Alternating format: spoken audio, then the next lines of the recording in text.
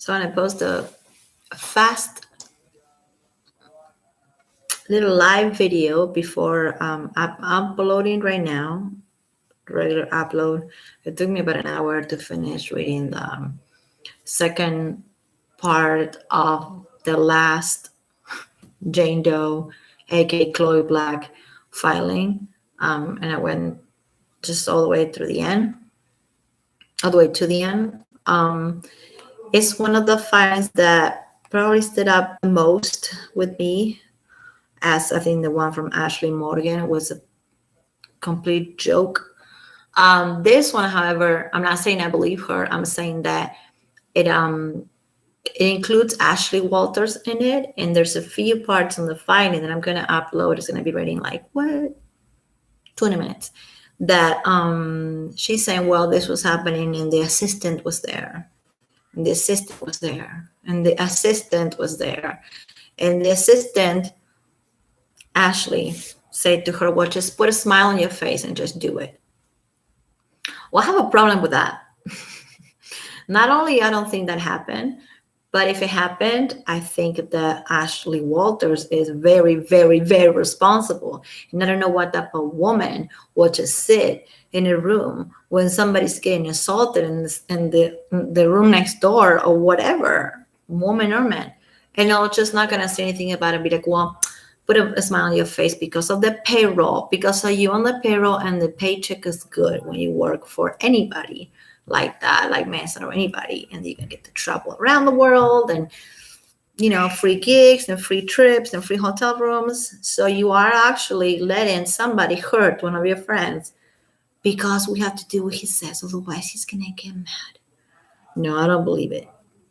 I don't believe it for 1 second. Because if I believe it, this is what happens. If I believe it from Manson, from her, that he did these things to her, then I have to think about a woman getting hurt. So whose fault is it? It's a bit of it's gonna kind of go on her, on the ass assistant. Is the child working? God, I'm not wearing black. I'm wearing pink today. I look like a kindergarten teacher. If it wasn't for my hair is a mess because of the rain. This is my real hair when it's out of control. So I just finished the reading the whole thing, and I still can get my head around the part of the kimono, and he gave her the kimono, and then she didn't want to wear the kimono, and she felt like her rights were being violated because he was telling her to wear a kimono that probably cost a lot of money, and it was a present, a gift to her. And there was a part that she said that he forced her to do karaoke. I just didn't know somebody can actually force you to do karaoke. I'll probably believe if they say something like, well, he asked me to strip and take my clothes off, and I didn't want to, and I did it anyway. Okay, well, that's more believable. But he forced you to karaoke. I didn't even know you could do it to somebody. Are you guys ever been forced to karaoke?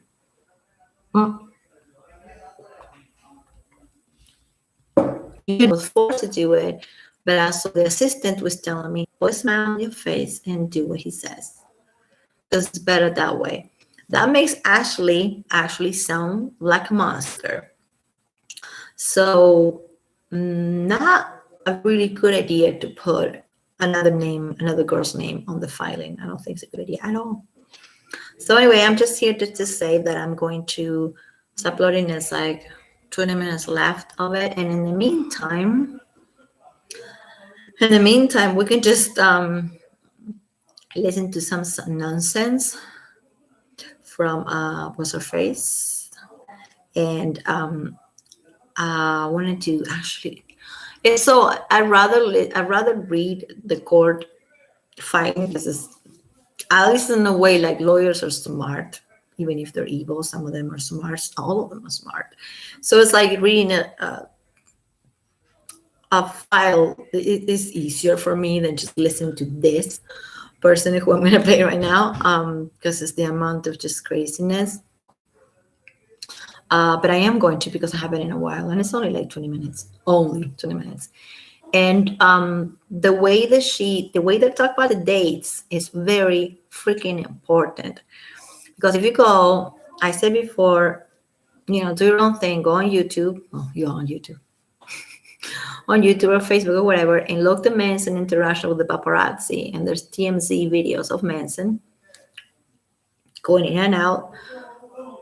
This movie theater, Hooters, whatever the hell he was going to, in and out there and out. Nobody felt really isolated. It felt like he was just taking these people to eat or to drink. And there's plenty of paparazzi videos of Manson and the paparazzi interacting. And what is funny to me, not funny, but it's very suspicious, woman next to him, as it was either Lindsay or Esme or that we're talking about. And the third person, the third wheel, the person who was opening the doors to the elevator, who was driving Manson because Manson does not drive, was Ashley. And she does not look stressed out. She's not full of anxiety. She doesn't look high or drunk either. She's doing her job with this horrible boss that she has. And there's so many videos on YouTube from paparazzi that you can see Ashley Walters right there, smiling from ear to ear. You can say, well, she was being brainwashed. I need an explanation to what brainwash actually means. And it doesn't mean grooming.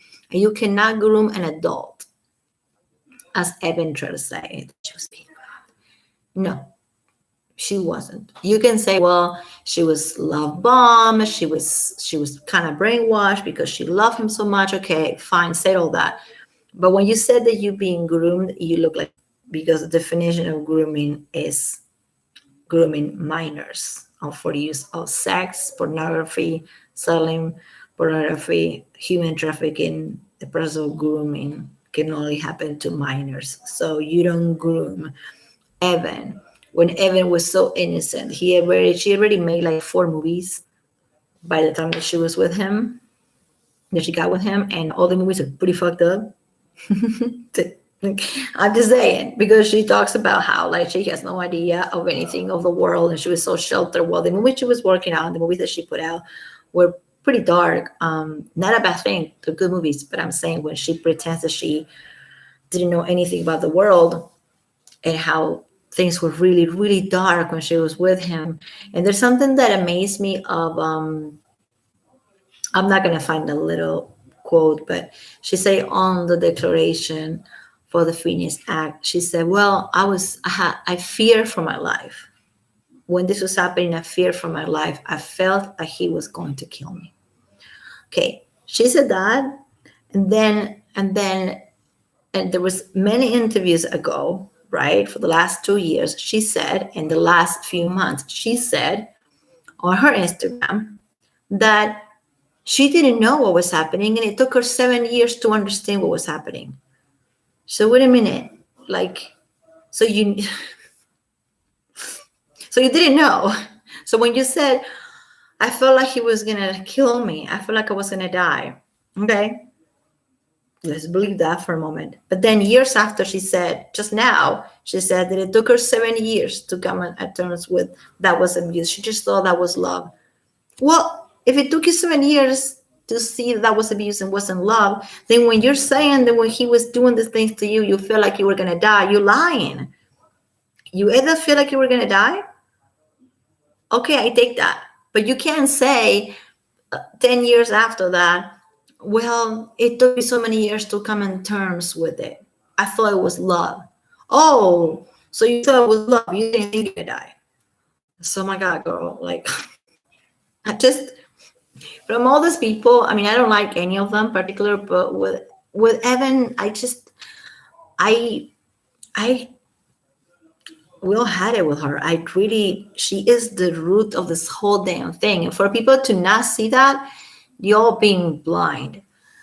This is not about People's Magazines. It's about Ashley Morgan showing her little fake scar or fake bruise. It is about Evan Roger Wood and Esme Bianco years and years ago trying to extend the statute of limitations so they can, or any of us can, blame a bunch of guys or women for things that they didn't do. So if you're going to be mad at somebody, don't be mad at all of them. Be mad at her, because that's the main one right there. The only reason that these girls, they all happen to be friends or assistants of the friends or friends of the ex-girlfriend, whatever, can actually do this is because Evan and Esme extended the time. That's the only reason they did it. They didn't do it for me. They didn't do it for me and like you. They did it for themselves. They did it so their girlfriends can come up with something crazy like that 10 years after. If you have a video or some type of interview or something that Evan actually gave, that she talks about domestic violence in a way that is not about her, then please send it to me, because I haven't seen it once. I haven't seen one video of her talking about resources, talking about what girls should do in that situation, or little girls or boys or whatever, but obviously she's just gonna say girls. Not one video of her actually not making it about herself. It's always about herself. That's why it's a problem with her. It's really a problem with her. She is, I don't think she's stupid. I know some people are gonna be like, oh, she's an idiot. No, she's not an idiot. No, she's confused. And I'm not gonna diagnose her because I'm not getting paid right now, but she's sick. When you need to create this, you're an actress. You got money, you got attention, you got a kid, you have a really good show you're working on, but you need to create this in order to feel better, to feel alive, to feel like people give a shit about you. So you have to create this whole thing. Then that's sick. You're a very sick person. Period. You're not confused. You're not a girl in the path of revenge like some of the other ones, probably because he ghosted them. He ignored them, whatever. Stuff like that. I might believe it. With Evan, it's just pure narcissism. I said it. I don't care. It's pure, it's straight up. It's straight up. The fact that she doesn't ever talk about her child. She never talks about anything. She barely talks about Westworld. She's working in one of the biggest shows on HBO ever, and she doesn't talk about Westworld. She talks about how cool the community is and how cool she is because, she has short hair. Like, she's the first person ever to shave her head. Like Rose McGowan did it before you. Madonna did it before you. Well, Britney did it for different reasons. But even you're not the first person to have short hair, and you're not the first person to be bisexual. And every interview are all about her and how, and there's so much contradiction, so much, to the point that in one interview she goes, I was very sheltered as a child. I was homeschooled, which it doesn't mean you're sheltered.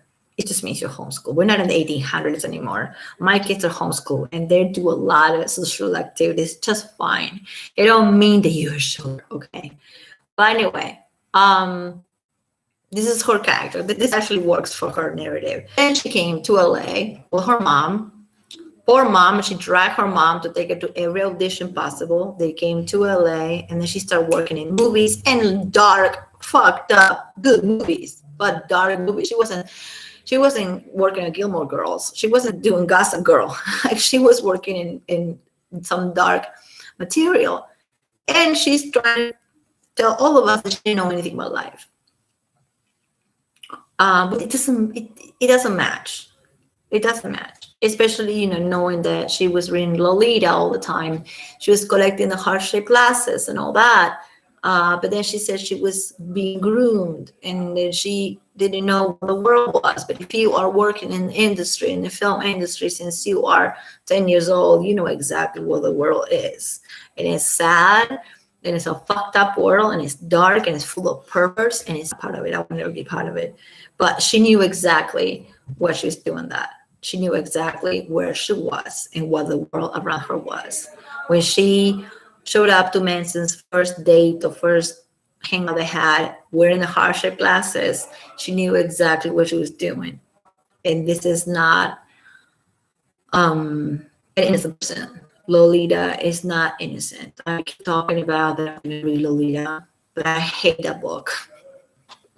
And I don't have it. I'll have to go to the library and get it. It is annoying, it's boring. But pretty much Lolita is a narcissist little pain in the butt girl that destroys the life of this older man in her own life too. She destroys everything she touches. And with power of persuasion and the power of just being young, being very cute and beautiful, and this guy is like, she makes him up. Lolita is not about a victim. Lolita is not a victim. So she talks about Lolita so much. Even if I'm gonna take it as face value, what you're saying about being really into Lolita and read Lolita when you were 12, then that's it. Then you had a plan. Because Lolita had a plan. So you have a plan, And I do think it's not a coincidence that she got with him right after his divorce. I'm not saying that she caused the divorce, but I'm saying she got with him right after, like a month after, seriously. And, I'm going to say men, but I think it's all of us. But with men, sometimes it's a little bit more obvious that we are better hiding it. But it happens to us too. Around, 30 years old or 35, you kind of start feeling like shit. You start looking like shit, even if you're Manson. You start feeling like shit. All right, I know that. And then you have something called midlife crisis. And if you are a guy, you're going to hang out with somebody younger than you because it makes you feel better. And if you are a woman, sometimes you get a bunch of plastic surgery to feel better. Not necessarily a younger boyfriend, but sometimes you get surgeries and you get, look like Madonna, for example. That is normal. That's called life. And I think that's exactly what Eva did. She walked into Manson's midlife crisis, wearing her heart-shaped glasses and not giving a flying fuck. And fell in love with him, and everything was cool. And I think everything was cool. Then I don't know what the heck happened after that, but I'm saying the interviews, you guys just have to just search that. I'm going to try to link it because it's hilarious. There are 2 interviews that Manson is with Evan back in the day in an art gallery. They were going to art galleries all over the place. Germany, Greece, France. That doesn't seem like isolation to me at all. And this interview is quite funny. And it's sweet. They look so good together. And she's so sweet to him. And she's looking at him like this. And he's looking at her like this. And they're so sweet. And he's complimenting her on True Blood. And she's complimenting him on his art. And this is an interview that this person is doing to both of them at the same time. In an art gallery, in public, full of people around them. And there's not a glimpse, nothing of nobody being uncomfortable. He's not uncomfortable. She's not uncomfortable. And it's, you can say, well, they're actors. They both know how to act. Yes and no. Yes and no. He didn't have to take her with her to every country and every art gallery. He didn't have to do that. But he did. And that's not isolation. Then there's interviews with her in North Carolina when she went to North Carolina to rehearse Romeo and Juliet. And I said it 100 times. Romeo and Juliet is not something that you rehearse in 1 week and you come back to LA. That stuff takes a couple months.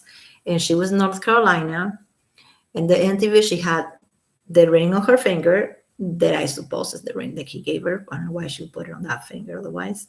So they were together. And she was in North Carolina with her dad and with her brother rehearsing Romeo and Juliet. And let's say he kept tabs on her. Let's say he was calling her all the time and texting her all the time and all that crazy stuff, all the Manson stuff.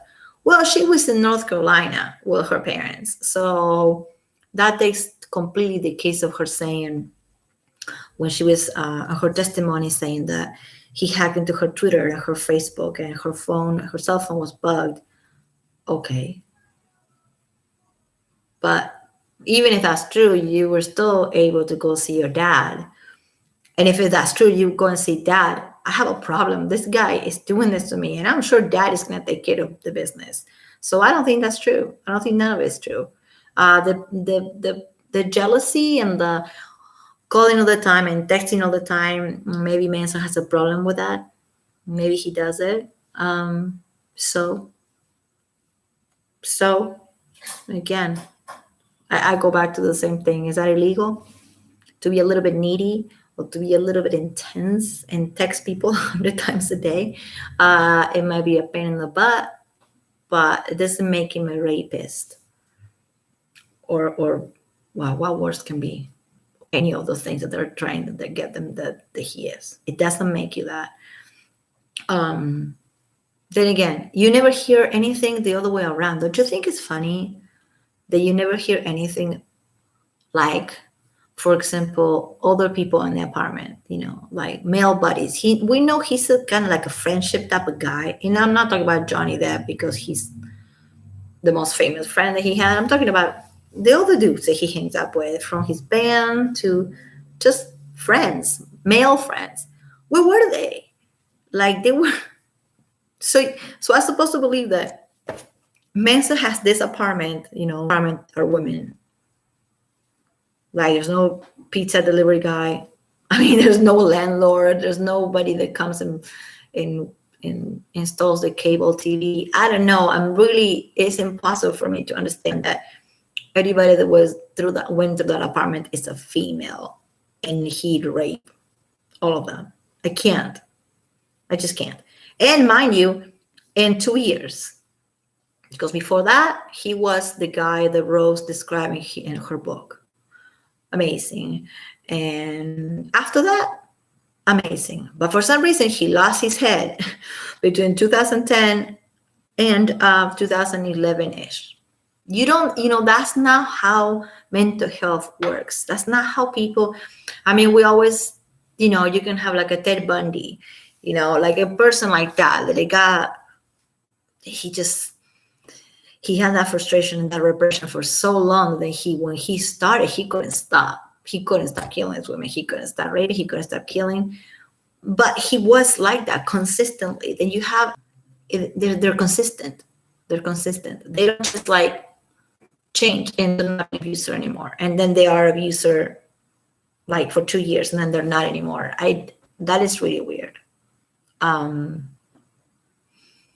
Yeah, and when we talk about eye roll, gigantic eye roll, my eyes are really big, but they get bigger when I talk about these chicks. I keep saying Evan is the worst because Evan is the one that started this whole thing. I think if it wasn't for her and her little email to recruit people, which we know is real, none of this would happen. We might have like one person, one incident. None of this would happen to the magnitude that is happening. But it's happening because she wanted attention because she's sick. She's a sick person. It's not about money. Don't even think for a moment that Evan Rachel Wood needs money. It's not. She just needed attention. She needed the payback. I don't know why I don't know what she was really broke up with him and he was gunning himself and calling her and all that. So that doesn't seem like she's his life. And like I said, I've been waiting for Evan to tell us who the other guy is. There's a guy. So for all we know, there's a guy right now on Sunset Boulevard that owns a bar that is sexually assaulting people. But Evan doesn't care, right?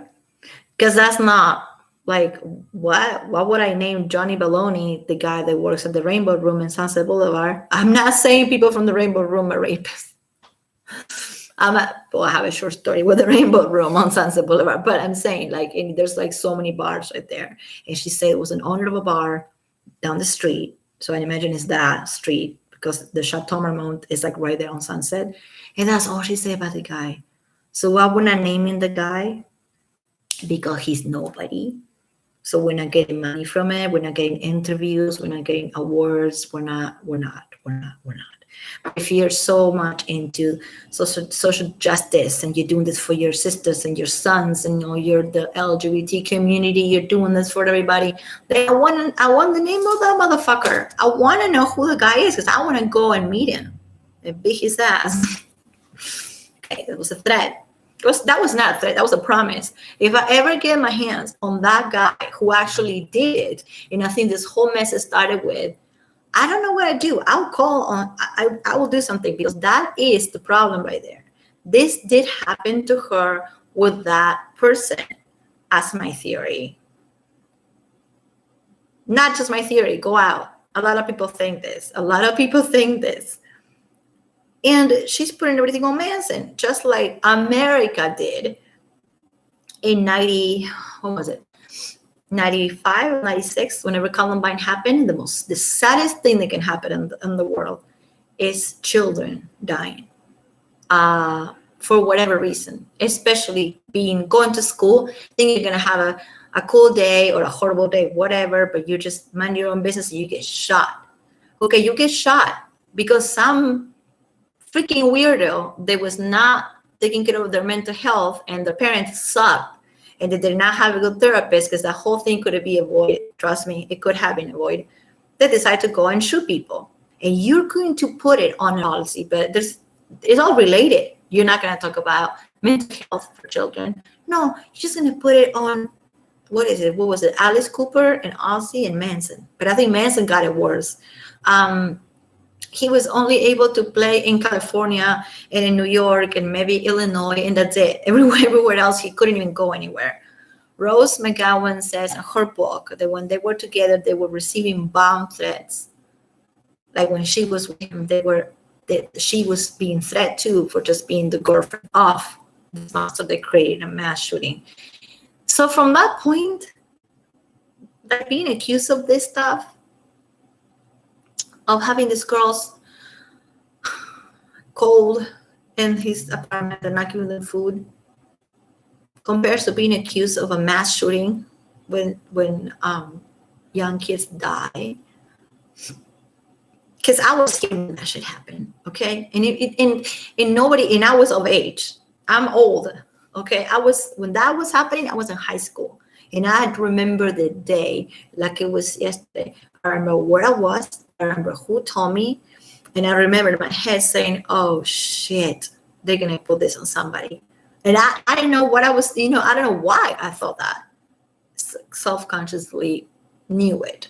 People like us, the weirdos, the ones that were wearing black or not wearing black 24/7 almost, and the one we're not listening to Nirvana, we're listening to heavy metal, those people like me and my friends, we knew they were going to put it on somebody. And it was a matter of just intuition. I'm not a cop, but I knew it. And then when I knew that person was Manson, I was like, oh, fudge. I mean, it just seemed, I want to do a bunch of videos, but of one case, this kind of relates to, because of the satanic panic that was happening in America, and how at the end of the 80s and in the 80s and 90s, everything was the weirdos' fault. Everything. The weirdos, were accused of everything. If you have a book on paganism or a book on witchcraft, or if you happen not to have a book at all, if you happen to say, no, I don't read the Bible, my family were atheists. Oh my God, like you were really, and you will think this is not 1800, 300 years ago in Europe. No, America in the 90s, satanic panic. Satanic panic was happening, and not just Manson. Manson happens to be famous. A lot of people were blamed for stupid shit that we didn't do. And I've seen that close range. So it's just crazy. Oh, Tammy, hi. While I wasn't alive with you, I dumped liquid on my new Apple. Oh no. Oh shit. Oh, so is your computer messed up? Oh, and it was an Apple computer? Are you serious? I'm so sorry. It's weird you said that, because when I moved to this new apartment, I have my other computer I dumped coffee, and it was hazelnut, and the computer still smelled like it. And I dump it on the motherboard right here where the enter button is at. It died completely. I had to buy a new Chromebook, and I like it just fine. But I miss my old computer. I'm so sorry that happened to you. So right now, when you making your comment with your new computer, or you fix the old one? Anyway. But you know what what I was talking about. I got sidetracked because of Manson, Satanic Panic in the 90s. Yeah, and there is a big case. Maybe I shouldn't talk about this, but I don't know. There's a big case that is so big, and it's the case that got me into the field of criminology, and I got so obsessed. And back in the day, we didn't have internet. I mean, only rich kids have internet. Really, I didn't. We didn't have anything. We have to go to the library and read books on things and read newspapers, and I was obsessed with this case of these 3 teenagers in Arkansas. And the case is called the West Memphis Three. Anybody knows about it? If you don't know about it, please look it up. And the crimes are completely different. But the idea of people getting arrested just because wearing black nail polish, just because you have a Metallica t-shirt on. These 3 teenagers, these 3 men, it spent 18 years in jail, and one of them on death row for something they didn't do because of the way they look and because they live in Arkansas. And I'm not saying Arkansas is all bad. I'm saying the little small town, really, really small, tiny town. So during the Satanic Panic in America, what got me so interested about that case is that I kind of felt like I was one of those kids, not the poor children that die in the case, but the ones that went to jail. Because I was like, oh shoot, if that happens to me, I mean, they got me, they sent me to jail. If they come now and look at the stuff I have on my computer, I'm going in. So people cannot be judged for the color of the nails or for the eyeliner or whatever. And this put those 3 guys in jail for 18 years. And guess what? They didn't do it. It was a horrible crime. It was, I cannot say worse or better, but it was way more than Columbine. And it was way more than El Wilderness Bianco. It was the worst crime you can imagine, of 3 children dead in the woods. And what was happening is like small town, okay? The agenda was very simple. This is awful. We need to put this on somebody. We need to tell the public that we solved it, and we need to look like the good guys. So they went and got the most goth, weirdo guy in town, and put it on him. What relates to this is because Johnny Depp was one of the biggest names on this case to try to get these guys out of jail. Eddie Vedder for Pearl Jam, the girl from the Dixie Chicks, oh my gosh, the Dixie Chicks, Johnny Depp, Henry Rollins, a lot of people were in this case trying to get these guys out of jail because it was a case of judging a book by the cover. 18 years later, they're free. They didn't do it. And what I'm saying is, like, this is the same with Manson. Manson didn't kill any children, but it's the same idea of just, oh my God, it has to be that guy. He doesn't believe in the God that we believe, right? So he doesn't dress the way we dress, and he has a weird accent, or he doesn't have any accent. There might be something wrong with him. I seen it all. In that case, the West Memphis Three got me so obsessed. I was not doing anything else but reading about those people. And this is before YouTube. This is before. It wasn't that easy. Before YouTube, but we had radio. So we had podcasts and radio stuff. And people that were doing criminology, crime radio shows. And I was obsessed with the first 48, the first 24, the Forensic Files, all that stuff. I watched it over and over and over. I hated CSI. I still do. I hate all those TV shows with the fiction on it, but I love the real stuff. And I was watching and swallowing all that up. That sounded bad. But and all because of one case. So if I can say and do anything for somebody else not to get in that same situation, I know Manson's not gonna go to jail for 18 years and he's gonna be on death row, but he should not even have to deal with any of this shit. Seriously, this should be dealt in private. If which I don't think it happened, but if there's maybe some things that should just, the fact that they're like dragging him through the mud just like they did with Johnny, and album, just deals and movie deals and TV show deals and management dropping him and doing this out of spite, because you just don't like the way that he was when he was with you. That you don't like, I need to think that this is a bigger reason, because if I say that it's just a girly freaking excuse that, oh, I was ghosted, so I'm gonna make his life a living hell, I can't. I have to think that there's a bigger agenda here.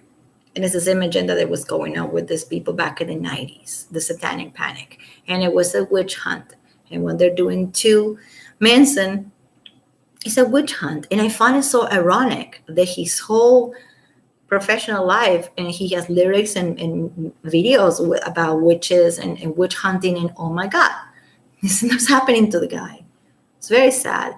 And for people that tell me like, oh, they're going to jail, no, they're not going to go to jail for defamation. Just as I don't think Amber, we know who, Amber Heard is going to jail. No, I think you got to be very naive and innocent to think that movie stars or musicians go to jail. They don't. People like me go to jail for nothing. People like those 3 kids in the 90s went to jail. Manson is not going to go to jail. Defamation, women are not going to go to jail. But I'm going to sit and get some popcorn and relax. Some popcorn. I was thinking, sorry, my ADD. And watch it all fall down. And even if they don't go to jail, even if they don't have to pay one dime, the fact that they're going to be known as liars and scumbags is actually, I'd rather go to jail than have a whole town, a whole country, but especially the whole industry and the whole town against me, because I'm seen as, oh, well, be careful with this one because she's just going to say that you rape her, or she likes to make stuff up. Can you imagine to be that person? Probably jail is a better idea. I am very sure you're being through all this as an honor of Marx, the good journalism from the great journalist. Who? What? Oh, me? I don't know who you're talking about. No, I'm not a journalist. No. I'm a mental health worker. I work with criminals and I also work with children.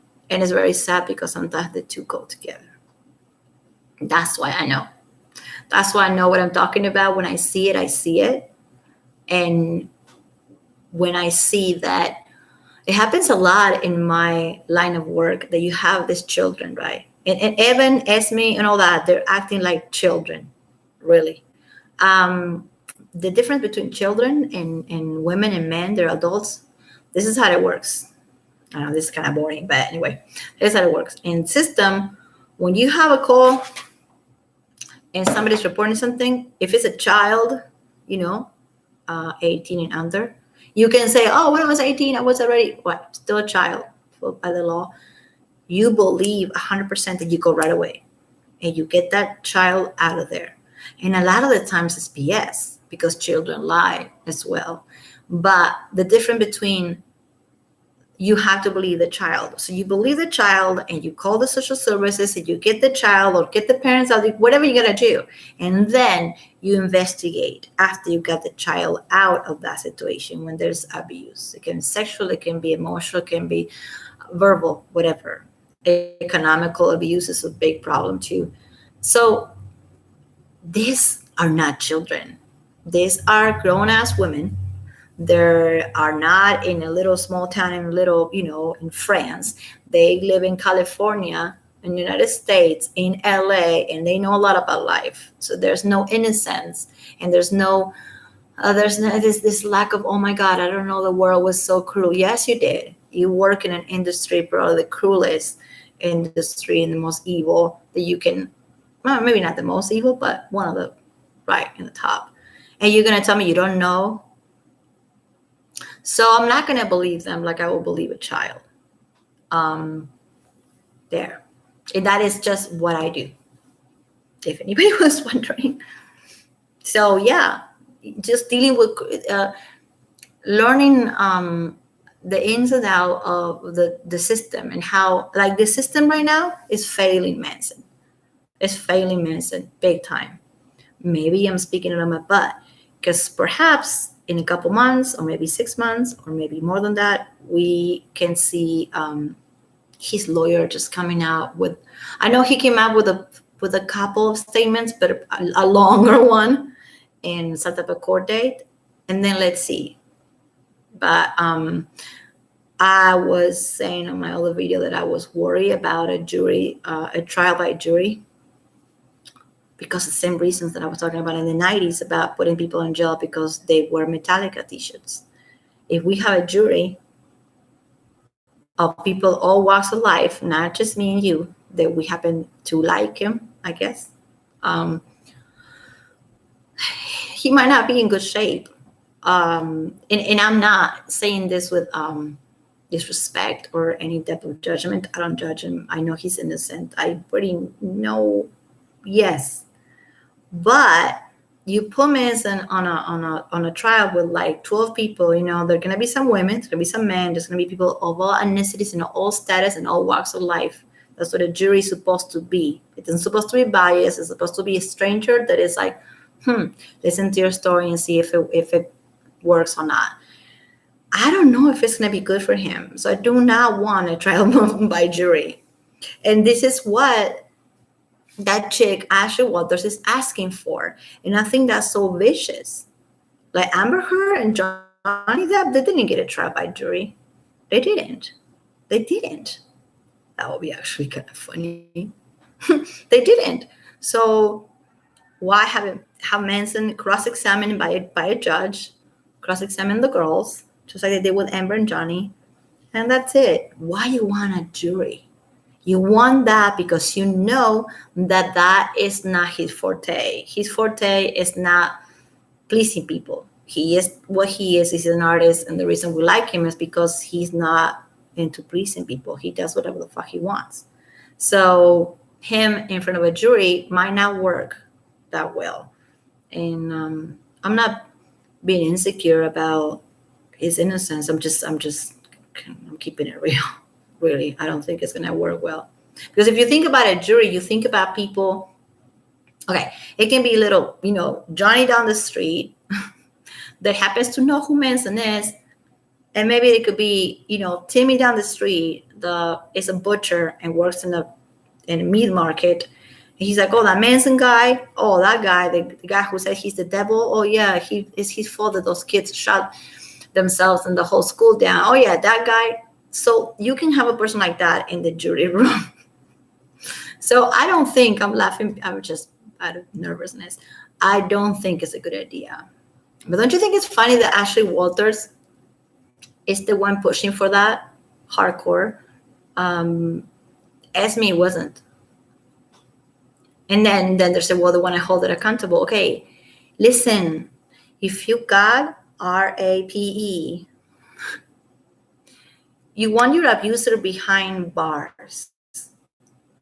You're not looking for damages. You don't want him to from everybody. You don't want sexual addiction treatment. You want him behind bars and never going to be able to get out, period. That's what you want if you got really abused. But this whole asking for damages and emotional distress, I don't know the number yet. They haven't got they haven't done like a number out there, like, oh, 5 million, 7 million, 1,000, $10. I don't know. What's the number? But I'm sure it's pretty high. The emotional distress. Sorry, I have to. This is when you do a live and somebody texts you from work. Hold on a second. Boom. What the hell, man? It's like 9 o'clock. Anyway, not talking to you.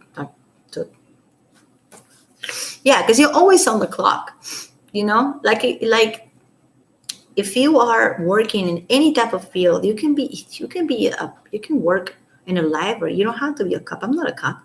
You can be in any type of field. You can work in a store, okay, and you see a child getting yelled at or getting spanked. You can call somebody. You should call somebody. But if I go to a bar, okay, or to a sushi restaurant, and I see Manson and Evan, and they're not famous, they're just the two good-looking people arguing, I would not think that's abuse. I wouldn't. And that's period. That's the weirdest. That's what she wants it so hard to show as she was 18 and not 19. That's the only reason, because she knows that 18 and 19, even if it doesn't seem, what the hell we were doing? I was a dumbass when I was 18, and when I was 19, I was still a dumbass. But there's a big difference between being a child and being an adult. That's it. That's how the system works. And in California and pretty much everywhere else, at least everywhere else here. So if I get a call from somebody saying, well, yada yada has a kid in the room, tied up, something like that. That's it. You just go there and fix a situation. And sometimes it's like getting the father or the mother out. Sometimes it's getting the child out. You believe 100%, and it can be the weirdest cuckoo's kid, making up all the stories and making it into Star Wars. You still believe the child. You always believe the child. This is why Evan wants to be seen as a child. This is what Evan is pushing for, the 18 years old and not the 19, as even we know that she was with him when she was 19. She's pushing the 18 because she knows legally this would look really bad if he assaulted a child. And that's it. And that's why she's pushing the 18. That's the only reason. Otherwise, I don't see another reason. He looks bad anyway by being older than her and being with her. I don't know. Is that a bad thing? It's like a lot of people do it. A lot of people do it and they're not famous. You see, I don't know. Like Madonna is like her boyfriend's always like 30 years younger than her. Nobody says anything. It's all right. That's what I call him. That's what I'm saying. That Evan, at 19, walked into his life when he was having a gigantic midlife crisis because his record was not going as well as he wanted to be. His marriage was on the shit with Dita, and there it was, Evan. I totally get it. I hate to say I get it, but I kind of get it. I kind of get the mindset that he was on, not hers, because I'm not a narcissistic, evil teenager. And again, you're a young woman at night, not a child anymore. So child protector services or any type of social workers or anybody like me are not going to help you because you are. And I can come and I can sit with you and say, oh my God, really, this is happening to you? Whoa. And I can just give you some resources and some support.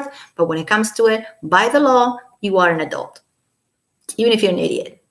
There's people that are still idiots at 25, but, by law, you're an adult. And it depends on what state you're on, but here you are. And I think pretty much all over the place. So, I was going on and on, Evan. Did you get your computer fixed? You never replied. I'm worried that it's my fault you fixed your computer. You dumped coffee? I dumped coffee. What did you dump? It's a liquid that we can mention. Another thing about Evan is like I said before, she plays the sheltered. I was so sheltered. I was so innocent because I was homeschooled. But then I came to LA and I work in a bunch of fucked up, dark movies. Somehow I knew how to get that out of myself. And I did really good. And she is a good actress. She was. So there's a part that is missing there. So what part is bullshit? The part that she was sheltered because she was homeschooled, so she didn't know when she got with him, she didn't know what was going on. Yes, that's the part that is bullshit. And when you see I have my other videos interviews with Evan, and she happened to have her mom next to her, and she said, "Yeah, my mom hated Lolita. My mom despised that book," and the mom says something of the sorts of, "I don't pay all this money to homeschool you," which is a bit of an exaggeration. Evan is so dramatic. You don't pay a lot of money to homeschool people, but anyway, so you can be at home reading trash like Lolita, which it is trash. Nobody's gonna convince me that it's not. And if I get my daughter reading Lolita, she's not going to read Lolita. But what I'm saying is that I understand the curiosity of a teenage girl saying, "Oh, this is kind of like a style I can go for, and wear the little outfit and wear the heart-shaped glasses." Okay, fine, cool. That's just your aesthetic, but you just can't make that into a crime. And this is exactly what she did. And she walked into that first meeting or the first picnic that they had. I don't know what they were doing because she wasn't even 21 yet. I mean, I don't know. But she was already dressed up like that. He said it in interviews, and she also said it. Like, "Oh yeah, I had like about 25 heart-shaped glasses. I wanted to bring them back. I had a big collection. My mom wasn't happy about it." All this stuff has been said by Evan over and over and over. And because of the guts of the internet, we can look it up. And she probably thought everything was going to disappear. No, it doesn't, Evan. This is not like bad credit. Oh, my bad credit disappeared after like 7 years. Amazing. I don't know. This is not like bad credit. This is not like taxes, Evan. Whatever you said in interviews or Facebook or Twitter, Instagram, whatever, is going to be on the internet for eternity or for whatever this whole crap lasts. It's there. She thinks it's not, but it is. And if you just Google it, you don't even have to watch a YouTube channel or just torture yourself watching these things for hours. You can just Google it, and it's over there. It's right there. GQ magazine. She did a whole photo shoot with Terry Richardson. Terry Richardson is a photographer and resides in New York. He takes pictures of celebrities. He took Gaga, he took Lana Del Rey, he took Madonna, he took Manson. And he doesn't have a good rep. Let's put it that way. He doesn't have a good rep. He's a bit of a perv. So anyway, Evan did a photo shoot with Terry in New York that she is literally bound to a chair. I think it's great. It was a great photo. When I saw it, I was like, "Oh my God, Evan Richard wears badass. It's a cool picture." Somebody that has been so put down emotionally, physically, verbally, as they are a piece of work, and they, and bounded, not even physically, but also emotionally bounded. They're not going to do that in a photo shoot. There's nothing that's going to convince me that he gave the idea. She was like, "Yes, let's do that. Tie me up to a chair." No way. But you can see it. It's a bunch of YouTube thumbnails of videos. She did that. And it's not a sexy, handcuff thing. She is tied up to a chair, like full blown, like rapes. I mean, not rape. Woof. What I just did. Full blown bondage. I didn't say rape. Bondage. And now she wants to convince everybody 13 years after the photo shoot, that,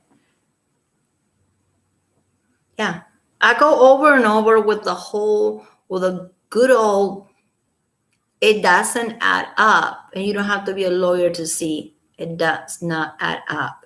When she say things like, "When he was on top of me, I thought I was going to die." And then she said a couple years ago, "Well, it took me 7 years to know that was abuse." Like, it took you 7 years, or in that moment you thought you were going to die. Which one is it? They cannot be together, those two statements, right?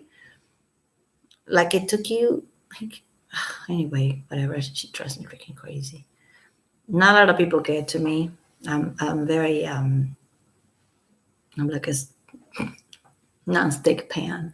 It kind of just goes back. But this chick, Evan, for some reason, just gets to me, man.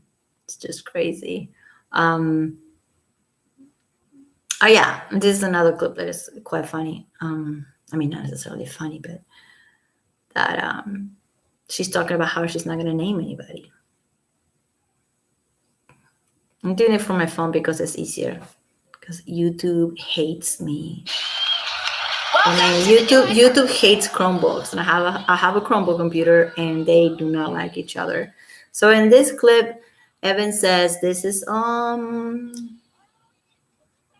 2 years ago. Jeez, and she's saying she changed her mind many times since then. Give me a second. So full of it. Oh, today's okay. Talked about the importance of time to a survivor. When you went to step forward and say, I want to bring these charges, you were told you'd run out of time. Yes, many survivors will tell you that sometimes it can take a lifetime. In my case, it took me 7 years to even cry about my experiences because I did what a lot of people tell you to do. Just move on, just get over it, just be strong. What I didn't realize was I had been deeply hurt, and I was in denial of that hurt. Who taught her to just be strong? Who told you? Who can tell you that? Those are fucked up friends. If you have friends that tell you, just don't do anything about it. Who told you that? And she contradicts herself right freaking there when she says that it took her so much time, and sometimes it takes a lifetime, it is true. Actually, she's not wrong about that, but she's wrong saying that that's her case. It didn't take her a lifetime, and it didn't take her 7 years. She knew exactly what was going on when it was happening. Otherwise, how come she said, I felt when he was on top of me that I was going to die? Well, insanity.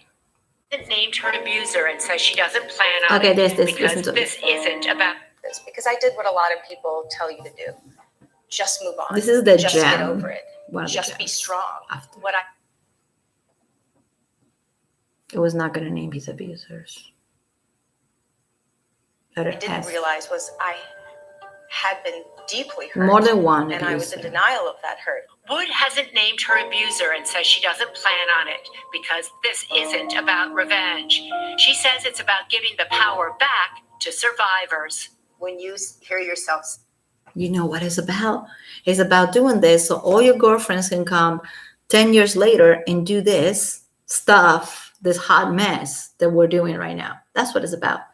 And that video that was only 2 years ago, you guys, 2 years ago, she says right there that she's not planning to name them, more than one, them, right? Because this is not about her. It's about giving women, no, not me, her friends. She's not giving me shit. Sorry, I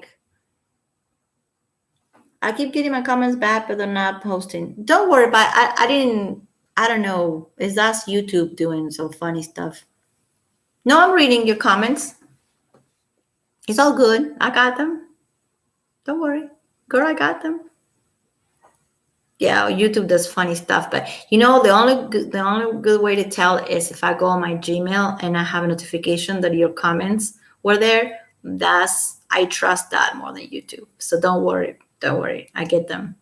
I get them eventually, but I get them. So in that clip, she says right there, it's not about her. I'm not planning to name them. I mean, she thinks that all this stuff is going to disappear. This is public knowledge. This is out there. This is the internet. This is like having at the tip of your fingers on your iPhone or whatever it is. Seriously, like, how can she be so dumb to think this was just going to go away?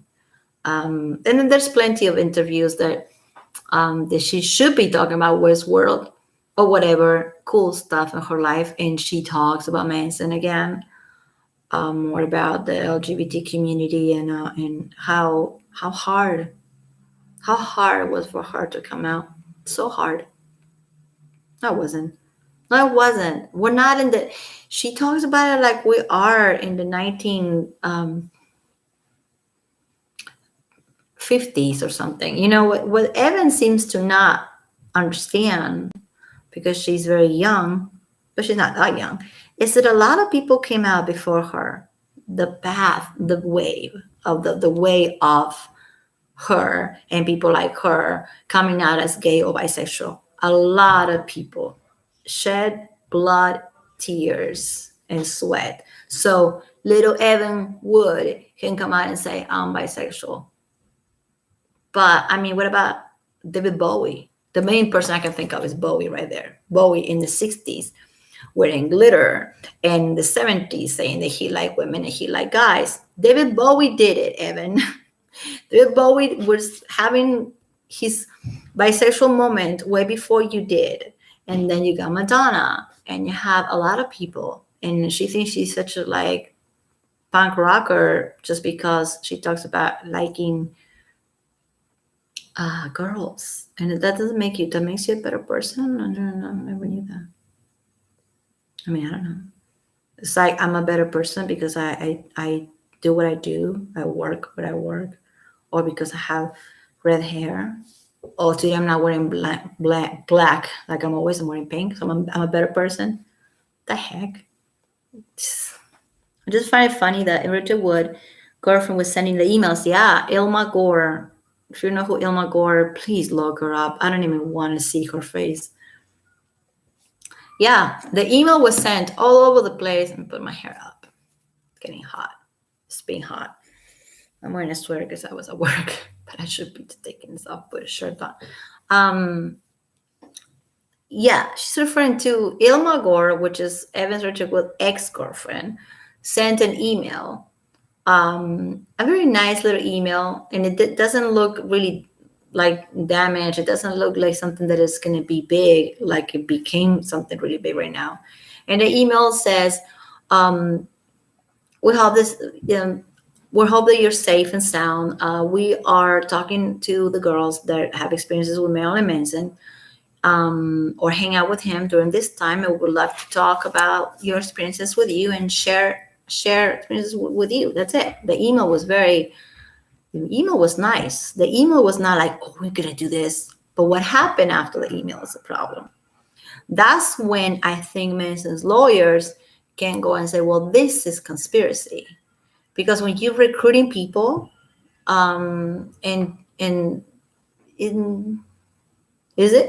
it's conspiracy to me. Sounds like it. Like I always say, when you go to groups, for example, if you are an addict of anything, we're all addicts, all of us, okay? But whatever it happens to be your cup of tea, it can be drugs, alcohol, gambling, sex. You go to these groups and they're called anonymous for a reason. Alcoholics Anonymous, Narcotics Anonymous, Sex Addicts Anonymous. It's because you're supposed to be anonymous. You're supposed to just stay. You're there for recovery. You're not there to blame other people. That's what is anonymous. What they did is not anonymous. Those little meetings that they had, these girls, this email that Tammy was mentioning, and the emails and the just naming Manson and getting together, just doing the little witch work on the poor guy, is not anonymous. So if it's not anonymous, this is a conspiracy. I tell you, I go look at the definition right now. It's a conspiracy. It's gonna be hard to prove because they're women, and it's Manson, so he's like the bad wolf. So it's gonna be hard to prove, but I see it as a conspiracy. What we're doing right now is a conspiracy. Right now, this moment, we're like talking about somebody, we're naming them, and we're talking not so possibly about somebody, and we're naming them. So people can say, well, those YouTube channels that sit around and talk shit about Evan or anybody or Amber, they're doing it because yeah, we are conspiring right now, this moment, and I'm okay with that. I'm okay with that. I'm not denying it. So when Evan asked me, Ashley, Chloe, all of them were sending these emails back and forth. This was not about recovery. This was not about sharing experience as better women, as women that got used. Let's share and recover from it. This was about a conspiracy. This is about bringing him down. I wonder if those meetings they talk about somebody else. Do they talk about this music producer that was abusing Lady Gaga and Kesha and all these people? And I do believe her, by the way. Don't tell me you don't believe Lady Gaga, because I do believe that Lady Gaga got abused. Anyway, so they were talking about all the people? No, they were just talking about Manson. So that is not a recovery group. That's a conspiracy. Or gossip. Conspiracy is a different word for gossip. There's a girl named Greta. Oh, yeah. Yeah, Greta Aurora. She's great. She's the one that got the email. I love her because she put it out. If she didn't put out that email, we would not know. We wouldn't know. I'm still will say the Manson is innocent, but Greta Aurora definitely put it out there because she was one of the recipients of this email, because she had a little weekend sexual escapade with Manson, and she's proud of it. She never denied it. So she is on that list of people that received this email about how, hey, do you have experience with Brian? Well, we want to talk about Brian, and we want to it's kind of like a recovery group. It's a conspiracy, period.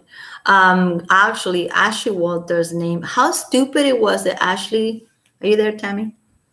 Yeah, Ashley Walters on her filing, she mentioned Greta without saying her name. She said, well, and also we were in Vienna one day in Europe, and one night, and Manson was in a hotel room with this girl with red hair, and we all know it was Greta. Greta knows it's herself when she read it. She was like, what the hell? That's me. I was with him that weekend in that city. So Ashley Walters used this girl's experience, this girl's tender, young girl experience, sexual experience, actually her first, for her own benefit. And that is evil. That reminds me of Amber Heard, when Amber Heard stole the horrible thing that happened to her assistant in Brazil. She was abused and raped at gunpoint in Brazil. And she was like, well, Amber, I'm going to tell this story as we're good friends. And Amber twisted it and made it her own. This is the same thing. And Ashley Walters put Greta, without saying it was Greta, but we know it was, on the filing, saying, well, and then also he was bragging about being with this girl in a hotel room in Vienna, which is the same city that she lives at. It's not a coincidence. So how dumb was that? Because Greta is on our side. I agree that both their characters and their stories are cause of concern right away. We can prove that most of them they have said is not true. No. See, that's the problem. And that's kind of why I'm a little bit of a different than all the other Mansonites people. I don't think it's so easy to prove that. It's not easy to prove that this happened to them, but it's not so easy to prove that it didn't. I'm just keeping it honest. So that's the problem. That is a big problem because, okay, like for example, I was reading the thing about on Chloe Black, okay, and she said, because I'm not gonna say Jane Doe, because I know who she is, okay, Chloe Black. So Chloe Black was saying that she was crying herself to sleep. While they were having sex, she was crying. Okay, how the hell is she gonna prove that?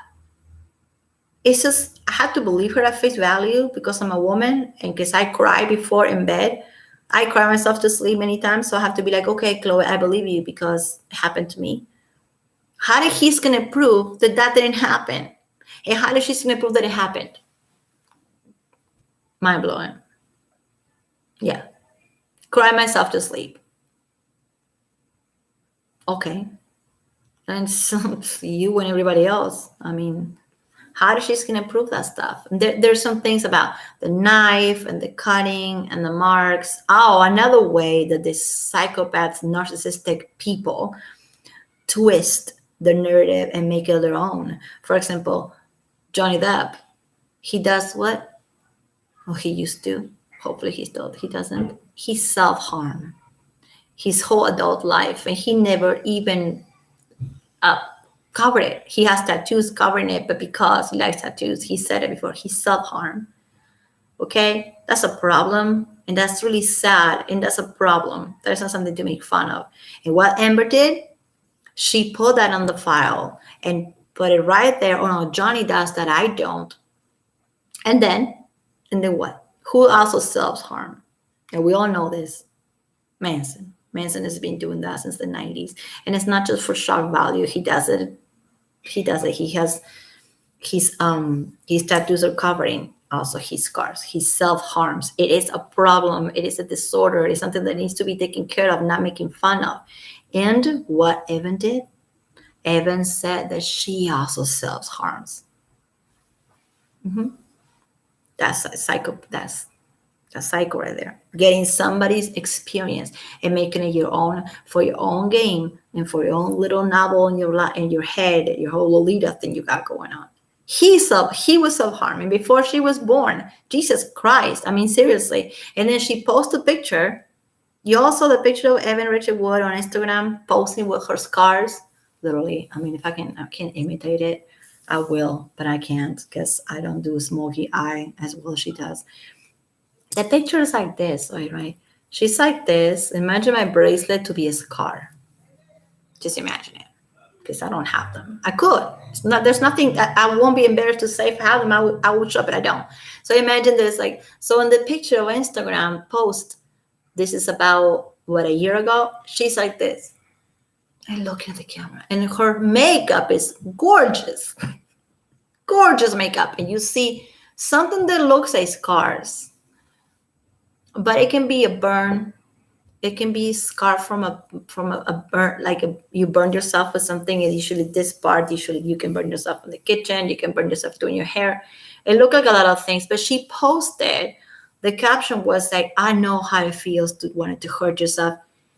Dude, you don't self-harm. Your ex-boyfriend did. And she's just taking that out of it. And if she actually does that, how come she never mentioned it after that? How come she never give resources to people? How come she never, with the money that she has and the attention that they gave her, how come she never talked about self-harm ever again?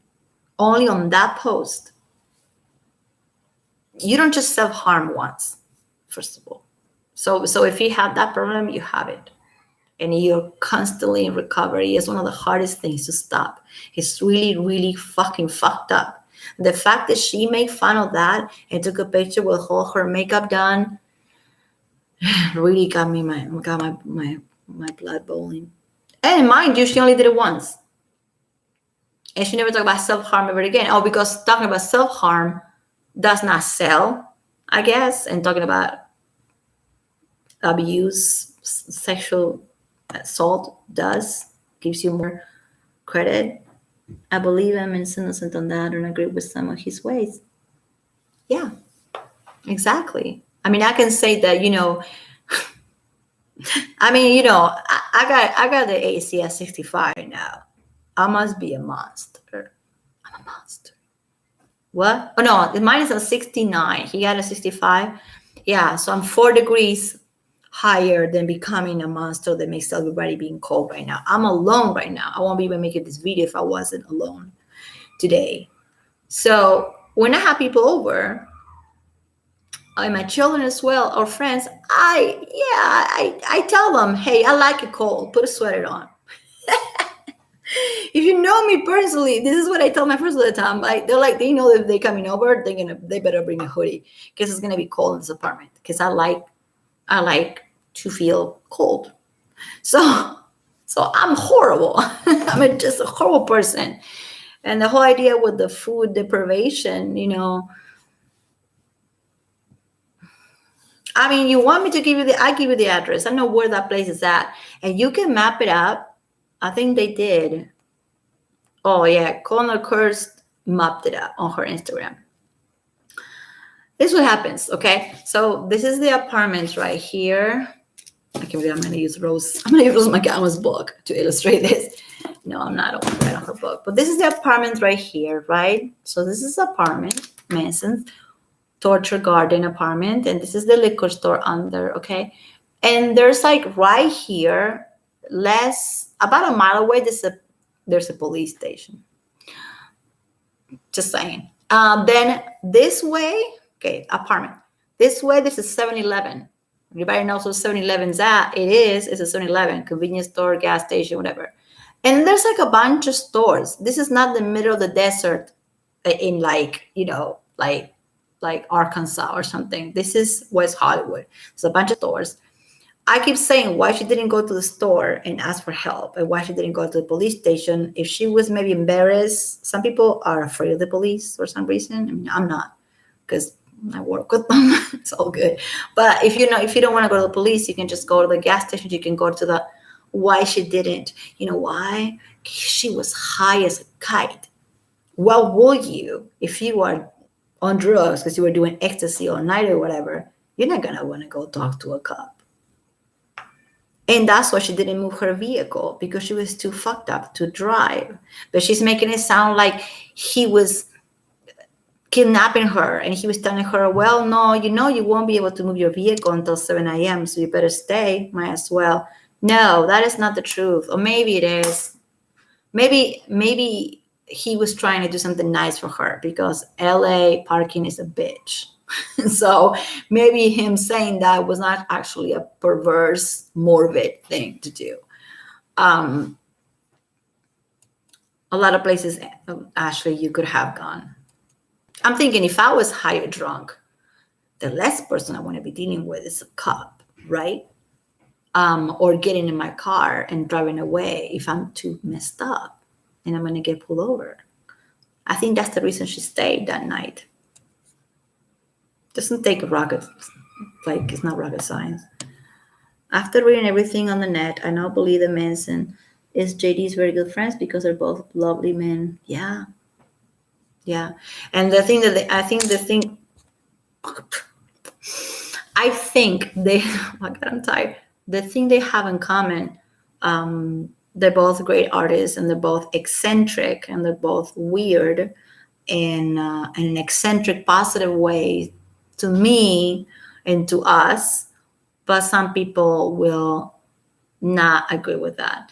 But they have plenty of things in common, and they're both great artists and people. And I also think what they have in common, you know what? They're too generous. It's like, Johnny is like, here's a penthouse. It's another penthouse. And this here, you can move your friends to this. I don't mind, because I'm going to be right here. Your family can be right here. Here's my money. Here's my car. Here's my Mustang. That's Johnny. But, Manson was not married to any of these weirdos. So he doesn't have any penthouses because he lives above the liquor store. Not anymore. But so his way of giving was like, hey, just come over. Let's hang out. Here's my bar. Here's my apartment. Here are my cameras. Here's my paints. This is a recording studio if you want to record something. I see the situation like that. And a situation like that is very, very, very, very, very easily distorted. As he says, it's a distortion of reality. But there is some reality on it. And this is with the black walls and the black floor and the dim lights was a place to create. He was hanging out with his friends, and he would give people jobs. Like he would meet this girl, Paula, and then he said to her a hot topic, like, oh, you want to be my personal assistant? This is years and years ago. And he does this stuff for people. And nobody talks about all the good stuff that he does. And we keep talking about Evan and Evan doing this and Evan doing that, and nobody talks about what Manson does. Plenty of information out there of the things that he does. He does whatever. We all do good things. Hopefully, we all do. But I'm talking about in the sense of charity and stuff like that. He was donating to an organization. It's called School for Rock right here in Los Feliz in California. Flea from the Hot Chili Peppers. He works there and he teaches there. Fun fact. And what they do is they pick a kid, a boy or a girl, that shows a lot of talent, and they gave it's about like a scholarship without being a scholarship. Manson was paying for this. Manson was part of this project, not just him, some other rock people too. And what they do is they give this kid guitar lessons, music lessons for for a long time, musical instruments, free lessons, free anything, resources that he needs. And they pick one kid, and then some other year they pick two kids. I don't know how the amount is, but Manson was funding that. So that might not be a LGBT community charity, okay? But he was actually funding a charity that was working with children to teach them how to play an instrument, and maybe get them out of the drugs, and maybe not, maybe you don't have to be a runaway and go do dope. Maybe you can play guitar because here it's paid for. And it wasn't just Manson, it was other people. Dave Navarro was involved, and that's the one that comes to my head. But there's many things that he did for HIV charities. I mean, he did so much. True, they have been friends for years. Yeah. And that level of generosity, I'm keep looking down because I'm trying to find on my phone this video of Manson talking about the apartment, and talking about how the apartment was his version of the factory. He's talking about Andy Warhol factory, and how he wanted this place to be a place of creation. He was going to have his friends come over and create with him. And this whole thing became a hot mess. Got it. Sorry. Did you hear that? My phone is louder than my computer. That's why I'm doing this here, and not in there. So on this one that I found, he talks about the apartment. And he played drums and the guitar, and I was with guitar and sang. I'm talking about Johnny. Recorded in his studio. If I had not gone out that night, I would This have is seen him, from and it wouldn't have happened. So, something plays very much like I did when I, made Antichrist Superstar. we're talking about Born Villain, and Things were how falling into place in the right way. the apartment, about the And if liquor you follow store, that and pattern, I'm just gonna get to it. and Hold on you a believe in second. yourself and confidence, and you're ambitious, and you don't So think bad. you can rely on your past achievements or past failures, the world starts to open up this window, and so things are happening good. And it Makes me so sad that was, I think, for he thought in that moment things were happening. It's what it is right now, and I think that it's still building, and I'm It excited. is in This to me 2011. will be the best part of my career so far in the future, and I will continue to try to make it better after that. Speaking of Born Villain, what were you like as a teenager?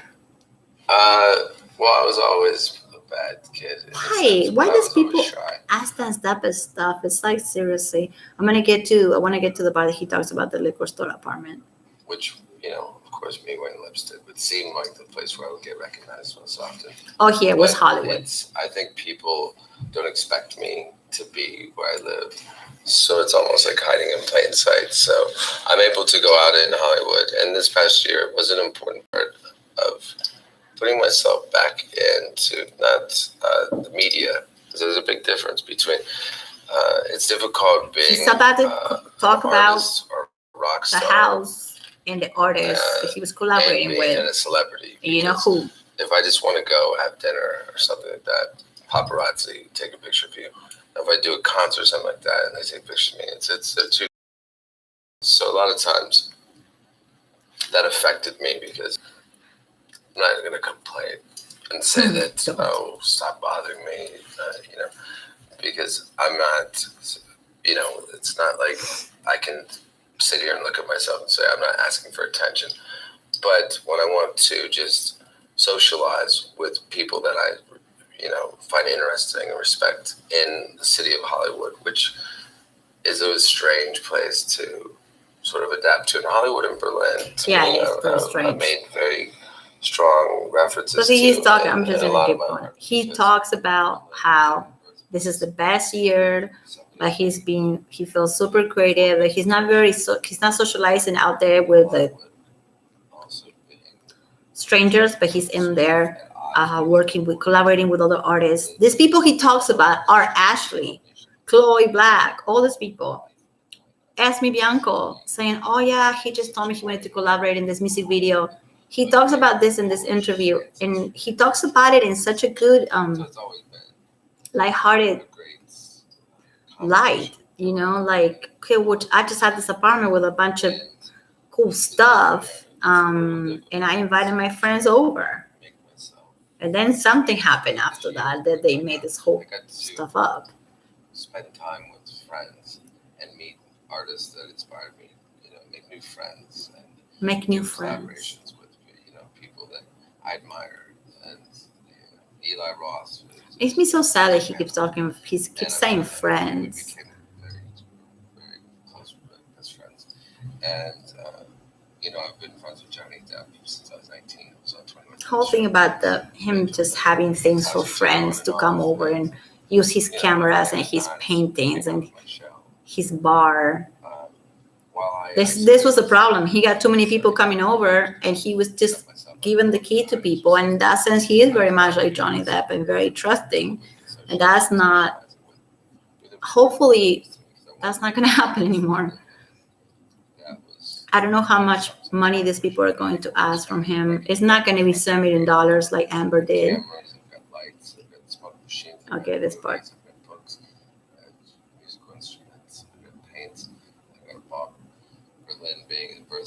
But when I get to the part that he talks about the cameras, because that reminds me of Ashley Walters saying that she went there thinking she was going to make some art, and then she got attacked and all that. There's a parallel, there's a strange. And it's just that he had this place and these things for these people to come over and work for free at the stuff they wanted to work at. And they're turning it into a dungeon, saying that it was just a fucking dungeon. And what I think it was, is just a apartment with some stuff. And that cage, that glass cage, is a recording studio. The recording studios have to be soundproof, so that's. And meet artists that inspired me. Make new friends. Like saying that he had a cage, or a room that was soundproof. Of course, it's soundproof because you gotta make music in there. It's gonna be soundproof. It's gonna have those thick, spongy walls in it. It's like, anyway.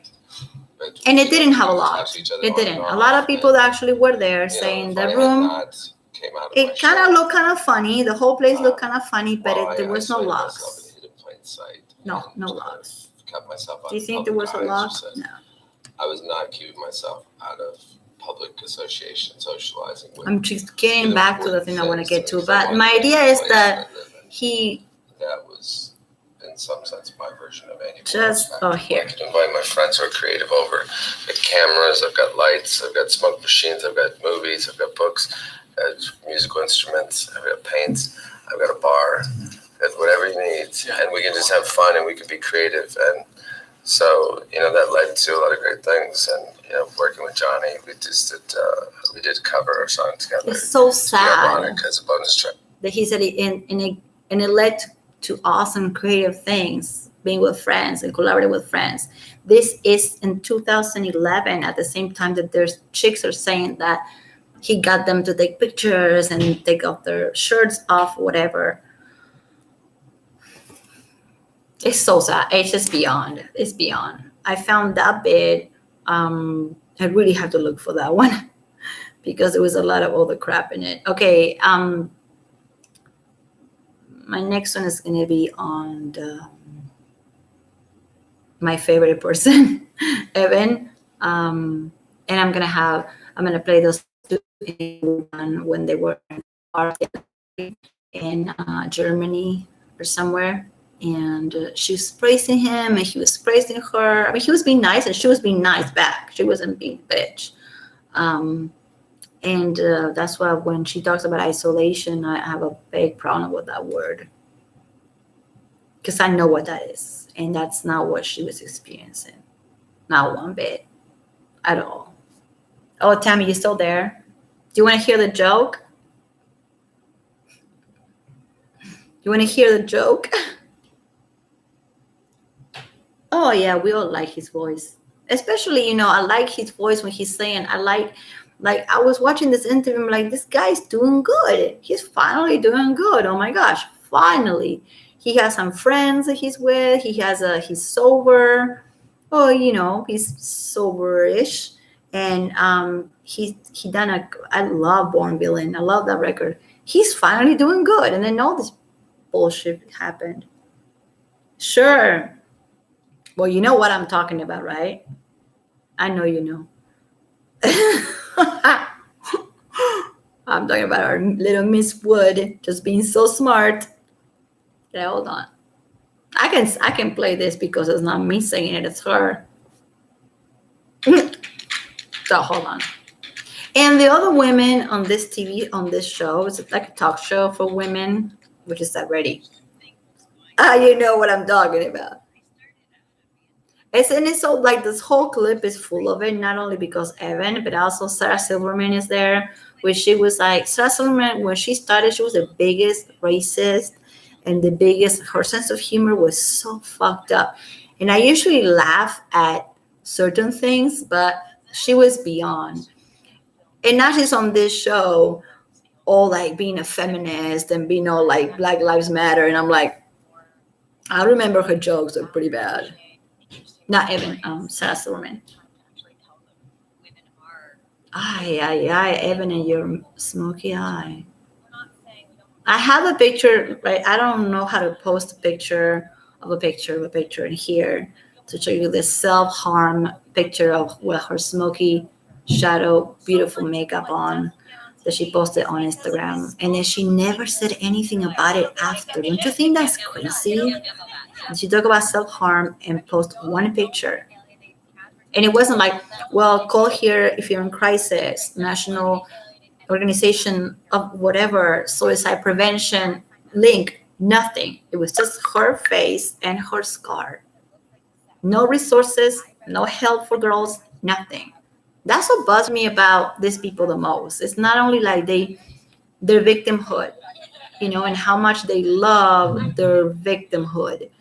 And they carry that cross. I don't want to offend anybody, but you know what I'm trying to say. And it's so heavy, and they went through so much. Okay, cool. I do believe that, but you're not giving anybody any hope by just talking about yourself constantly. No resources, no. I don't know that anybody ever that she done any charities like at all that we can, in the top of my head, because I can tell you the top of my head is the one that Johnny was at, or Manson. Amber, not really. I don't know. Maybe she did, and I just don't know about it. Because I think Amber Brody did a couple of charities, but just because, just right before the divorce, so she could look actually better. We know that she never donated to the Los Angeles Children's Hospital. But maybe she did some other ones that I don't know about, and I don't want to be ignorant to say she never did. But with Evan, I don't think she did at all. If she talks about self-harm and suicide prevention, then she needs to do something about that. She can't just like drop a picture on Instagram and go like, I know how you guys feel because I've done it too. Yeah, your ex-boyfriend self-harms. Manson, not you. But this is what narcissistic people do. They take a story that is your story and they turn it and they're going to use it for their own good. You'll be amazed. You'll be amazed how people, like, they all do it. And I'm not talking just about women or famous people. Everybody that has those type of sicknesses do that. They don't like themselves, so they are a blank slate and they copy everything that the other person is. So when she was with Manson, she had the pale makeup and the red lips, and her hair was all like 1940s, and she was very. That's because she wanted to be like that, not that because of him, right? but because she was mimicking him. That was not his fault. That's who she is. When she was with the girlfriend, she cut her hair very short and was her wearing, like, she wasn't even wearing a bra in some pictures. It was pretty gross, pretty gross. And suspenders and, tight things up in here and trying to make herself masculine on purpose, which is like, if you are really comfortable with who you are, you don't have to pretend you're boyish, more, I don't know, whatever. But I'm trying to me better like he is. And then when she was with this other guy, she was with a DJ. They have his hair blue or green on this side. She got her hair blue or green on one side. This is what Evan does. She's a copycat. So a copycat is a copycat. A copycat is not, oh, he made me dress like this, otherwise he will make fun of me. No, you were copycatting. Copycatting. Yeah. And Amber, who else is a copycat? Amber's a copycat. Mm-hmm. Like when she came out, she was like super beautiful, gorgeous. I would never say that Amber Heard is ugly. You're not gonna get me on this channel saying Amber Heard is ugly. I can't stand the woman, but I'm not gonna say ever that she's ugly because she's not. So I'm not gonna. And I usually don't care about the way people look. It's like whatever. I mean, some people can be super beautiful and they can be evil, and the other way around. So Amber in the beginning was just like this girl from Texas that, arrived in Hollywood, and she was like blonde and red lips and just cute, super cute. And then she got with Johnny, and she had the rings and a bunch of necklaces and the hat like Johnny wears and the ripped up jeans. And I'm like, what the hell?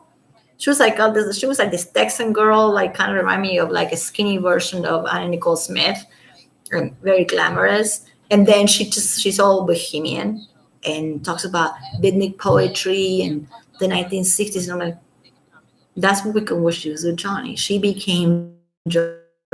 And then when she was with Elon Musk, she went back. Yeah, she didn't even say his name. I want to say his name, something happened. He went. And then she went back with the glamour and the red dresses and the. Don't you notice that? Like, what is up with that? So then, I won't be surprised if Amber says, well, I dress like that because Johnny made me dress like that. No, it's the same with Evan. They're copycats. They'll copy your story. They'll copy your trauma. They'll copy the way you look, the books that you like. This is why she went in there wearing the heart-shaped glasses and talking about her love for Lolita, because Manson also likes a book, and a lot of people do. I don't because I know what that book is about. If you pay attention to the first chapter, you will see. And again, I keep saying, like, where are the resources?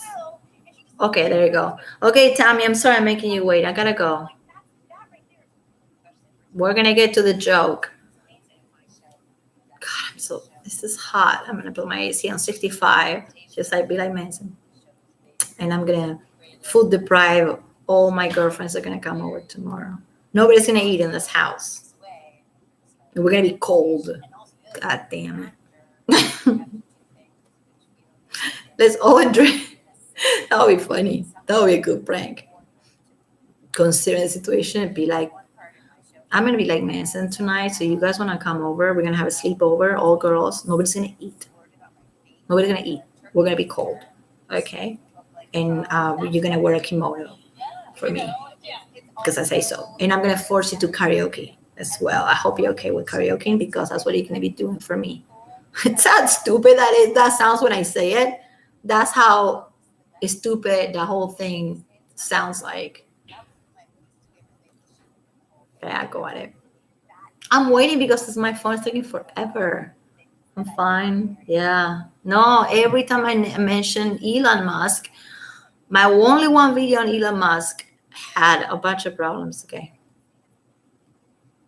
I was watching Beetlejuice the other day. Okay, I you love guys- Beetlejuice. And then the second Gina Davis meets him. She sounds so neurotic. I mean, you don't even need to be a psychologist to see this. I was like watching. In a minute, there's that. Anyway, The joke is that he keeps groping her against her will, and she literally just bats him away and laughs it off, and they just keep going. I'm like, that right there is way more damaging than seeing a rape scene, because the rape scene, at least you see the pain. Like, I've been raped, and I can laugh at a rape joke if it's a good joke. Yeah. It's got to be a good joke, and it's got to be in the right context. Otherwise, it's just bad. But you're absolutely right with the subtle conditioning. It's the little things that. I can't with her. That never gets old. All my videos, I usually put that shut up at the end or at the beginning, because I think that is like, I'm laughing at Evan saying that she could laugh at that. I won't ever laugh at a rape joke. I will not laugh at a racist joke. I was saying about Sarah Silverman. I used to like Sarah Silverman in the beginning, and now I can't stand her because I think about all the things that she talked. All her jokes are based on making fun of people, Black people and Jewish people. And I'm like, now that I'm old enough to understand that, I'm like, she was a fucking bitch. She was not funny. She was a racist. Anyway, you don't laugh at a RAPE joke, Evan. All right, that's it. I wanted to play that video even before I go. Yeah, you just don't joke about it, you know. And if somebody makes a joke about it, you feel uncomfortable. You can just go like, and be fake, maybe fake laugh. But for her to say that she can laugh at a RAP joke, she's not saying, well, I was in a situation that I have to laugh at this joke because I was. No, she's saying that she can laugh at it. You see? Like, and then she said that Beetlejuice, by the way, I love that movie, Tim Burton. Okay, God. Beetlejuice, I grew up in the 90s. I know what Beetlejuice is. Beetlejuice, yes. I know what she was going for, because I remember it is a bit weird, but it's Tim Burton, so the movies are weird, okay? So anyway, and there's nothing sexual about it. She's so butthurt by life that she's seen Beetlejuice movie as something perverted, like morbid and perverse and bad. And she's saying that Beetlejuice is worse than a rape scene. No, Beetlejuice is not worse. No, it's not. No, it's not. My kids watch Beetlejuice. No, it's not. So you don't joke about that. Just for her to be saying that Beetlejuice, the character, touching her and stuff is rape. What the hell she's on? What is she smoking? Yeah, crazy. No, Beetlejuice is not. It's not rape. Beetlejuice is just a movie. You can say, well, it's kind of uncomfortable to watch movies when people, women or men, are being pursued like too aggressively. Okay, all right, then don't watch it. We can say that about Beetlejuice. We can say that about The Godfather. I don't know. Are we gonna stop watching movies like that? Are we not gonna watch The Sopranos anymore because there's strippers in it? And I used to be a stripper, so I'm offended. Let's say whatever. Really? So then we have to seriously not watch a damn thing on TV. That is like an addict that does crystal meth or speed saying, I can't watch Breaking Bad. I can't, man. I can't. I'm triggered if I watch Breaking Bad. Remember the show Breaking Bad? One of my favorite shows ever. That's because they do drugs. But that's, you can't watch it. Like, that's how offended, that's how weak of a little human you are. Shut up. Grew up in the 80s. Well, I grew up in the 80s, but in the 80s, I had no choice. I was watching whatever it was there. We got 3 channels. But in the 90s, I started watching what I wanted to watch. And I would never say that a racist joke is funny.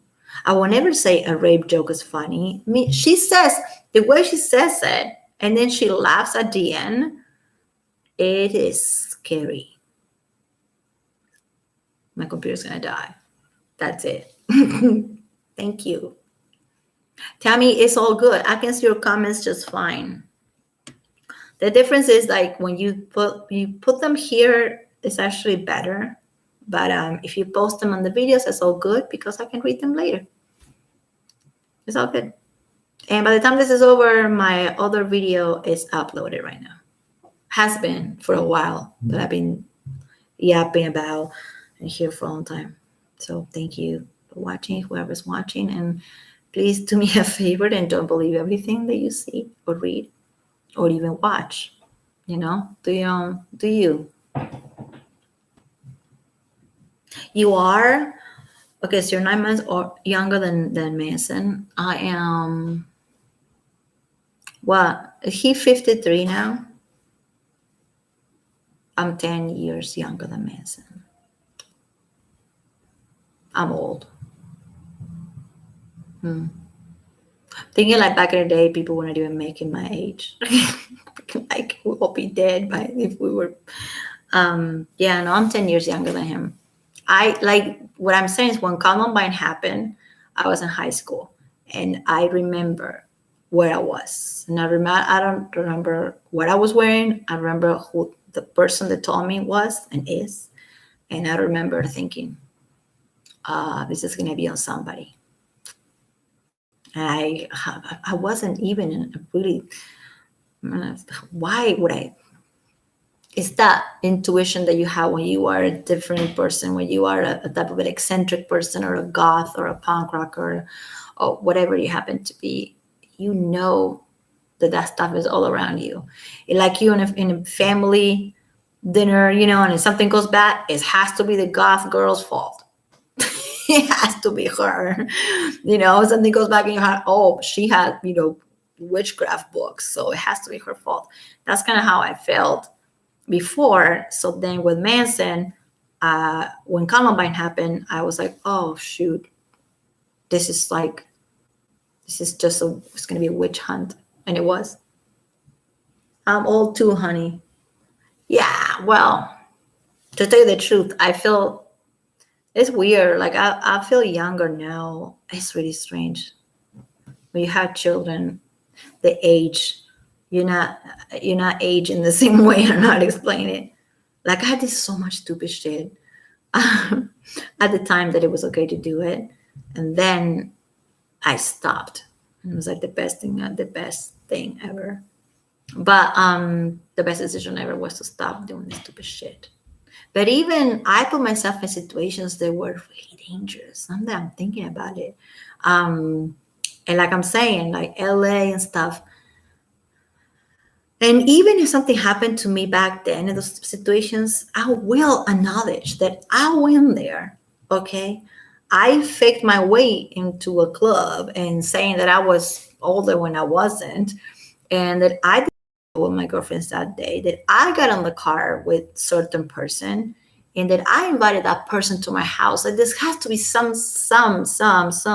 level of responsibility. Otherwise, women were just a bunch of just like little elves, you know, going around with no willpower. No, I hate that. I hate that she's making us all look like we are a bunch of hopeless little creatures. Like I said before, a child is a child. If something is happening to me and somebody will come and say, hey, it's happening to me, and I will say it, let's say I'm lying. Let's say I was lying, okay? Let's pretend. They have to believe me because I'm a child. I was a child. They have to. And I can be the most wicked child making up a bunch of lies because children lie too. My God, all the time. But I have to be believed because I'm a child. And this is what Evan pushes for the 18 years old and not 19. That's the reason. Yeah. No, I wasn't going to bars. I never drink. I hate alcohol. What I was doing was no. I was a nerd. I was a musical theater child, and I'm an only child, so I don't have brothers and sisters, and I was very hyper. So my mom put me in all this stuff, and they didn't know what to do with me. So they put me on piano and dance and drama and all these things. So it actually worked very well because I know a lot of my friends. All my friends were older than me.